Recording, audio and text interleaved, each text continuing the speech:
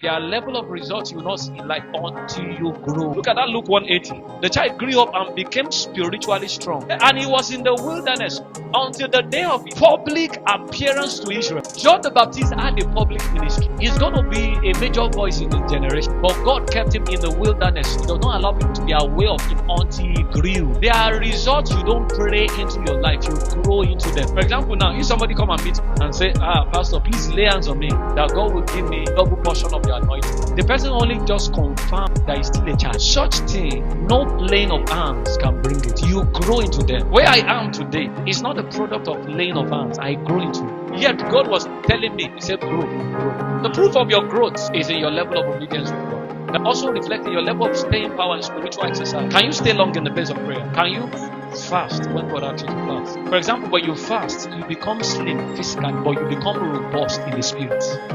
Another law of receptivity is the law of acts. In Matthew 7:7, the Bible said, ask and you shall what? Receive. There are results that will only come by act. A closed mouth is a closed destiny. There are favor that if you don't ask, you will not receive. But let God lead you. There's nothing wrong with asking. We don't beg in this kingdom, but we can ask. When you tell somebody that, do this thing for me, and they said no. So when you begin to badger on someone, it has moved from asking to begging. I believe the highest time you should ask anyone for anything should be twice. Why? Because there's a thin line between asking and begging. And as a child of God, it is disgraceful for you to be begging. Most time when I ask someone for something and the person said no, usually God already had another plan. People don't give you because you beg them. They give you because God touched them. Somebody will not favor you, will not favor you. So don't still now make them feel important and a mortal man.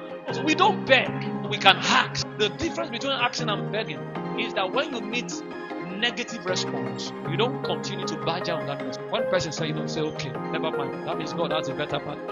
Royal priesthood, a chosen generation. No, we are peculiar. In the laws of receptivity, begging is not one of them. Where do you see in the Bible? The Bible says, beg and you shall receive. But the Bible said, ask. Anything you don't see in the Bible, don't go and do it. If you do it, it won't work. The only person you can keep asking. You know, if your child is asking for something, if he asks 7 times, is that begging? No, that's not begging because he knows he has a relationship with you. He's claiming his right. So the only person you can ask one thing several times is God. The law of receptivity is seeking. Matthew 7:7, ask you shall receive, seek and you shall find. They said, let us go, we prayed unto Jordan. They moved from asking to seeking. The word Jordan means to descend. Do you know the implication of that? Sometimes in life, to go up, you first go down. The Bible said, and Abraham went down to Egypt. In Genesis 13, Abraham became rich in cattle, in silver and gold. He went down to go up. Rejoice not over me, my enemy. In Romans 8:28, he said, and we know that all things work together for good to them who love God and are called according to prayer. Sometimes for things to work, things will first look like it's no longer working. Sometimes to increase, you first decrease. Why? Because there are certain relationships you don't need for your next level. With Lot, you will miss your slots. God should anoint your eyes to be sensitive. In some chaos, you should have joy.